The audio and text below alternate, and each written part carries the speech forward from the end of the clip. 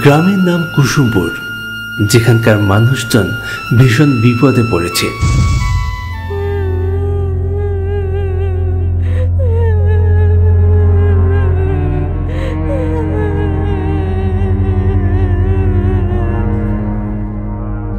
বিনা কারণে হঠাৎ করে মানুষজন মারা যাচ্ছে, কিন্তু সেই মানুষ মারা যাবার কোনো কারণ কেউ খুঁজে পাচ্ছে না।